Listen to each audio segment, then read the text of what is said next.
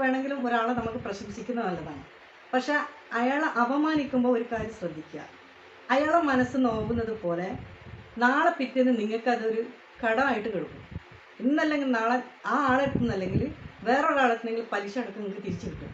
അതായത് കാര്യമില്ലാതെ മറ്റുള്ളവരുടെ മനസ്സ് നോവിക്കുന്ന കാര്യം അത് കഴിയുന്നത് ഒഴിവാക്കുക. പ്രശംസിക്കാൻ പറ്റില്ലെങ്കിൽ നാവടക്കി വെക്കുക, ഏറ്റവും നല്ലത് അതാണ്. അല്ല കൈ അടക്കി വെക്കുക. ഇത് മാത്രമല്ല, പല കാര്യങ്ങളും ഇതിൻ്റെ മനസ്സ് നോവുന്നത് ഞാൻ പറയുന്നില്ല. കാരണം എന്താ വെച്ചാൽ ഞാൻ ഇപ്പം ഇതിൽ പറഞ്ഞിട്ടുണ്ട് വല്യമ്മയും മോനും പോലെ ഉണ്ട് എന്ന് പറഞ്ഞിട്ടുണ്ട്. ഓക്കെ, എനിക്ക് അതിലൊരു വിഷമമില്ല. കാരണം എന്താ വെച്ചാൽ എൻ്റെ ഒരു 15ാമത്തെ വയസ്സിലാണ് എൻ്റെ കല്യാണം കഴിയുന്നത്. 16ലാണ് ഞാൻ പ്രസവിക്കുന്നത് എൻ്റെ മക്കളെ. പിന്നെ ആ 16 വയസ്സിൽ അതിന് മുമ്പ് പ്രസവിക്കാൻ എനിക്ക് പറ്റില്ല. അതിന് മുന്നേ പ്രസവിച്ചാലും ഇക്കാനെ എന്താ പറയുക പ്രസവിക്കാൻ പറ്റില്ല. ഇക്കാൻ്റെ ഏജിലുള്ള ആളെ പ്രസവിക്കാൻ പറ്റില്ല. അപ്പോൾ